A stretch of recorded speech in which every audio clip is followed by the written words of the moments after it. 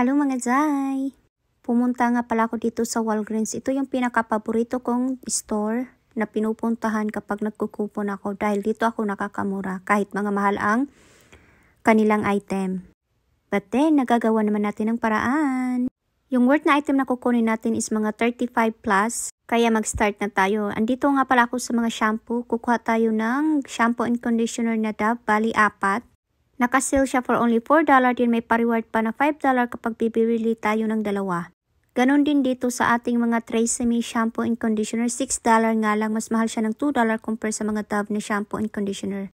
Dalawa lang yung kukunin ko dito, shampoo and conditioner partner ko na lang din.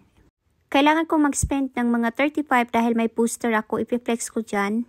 Digital at paper na booster. May pakupon din sila na $5 para sa ating Tresemme at $3 naman para sa ating mga Dove. At dahil nga kinulang pa tayo ng mga $7 kaya pumunta ako dito sa mga laruan since kasama ko naman yung aking chikiting and super happy niya mga Zay. Look at that. For $5, kumuha na lang ako ng Mentos din. And ito na nga pala yung resibo ko. All in all, nagbayad na lang ako ng $29.58 pero may bumalik sa akin na $29.36. So meaning mga Zay, 22 cents na lang. O diba? And that's the end of the story. Char! Nagbayad tayo pero bumalik din naman sa akin mga Zay. O diba? 22 cents for everything. And that's it. Thanks for watching. Follow me for more. Bye!